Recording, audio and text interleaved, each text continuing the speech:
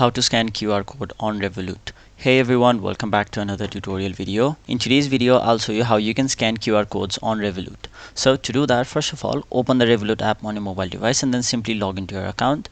Now once you've logged in, your home page will look somewhat like this, where you'll have to basically tap on the transfer tab, which is on the bottom side of the screen.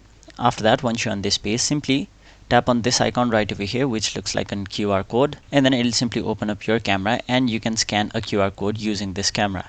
Now if you'd like to share your own QR code, what you can do is basically tap on the my code option, which is near the bottom right side of your screen, and once you tap on it, it'll basically provide you with your own Revolut QR code.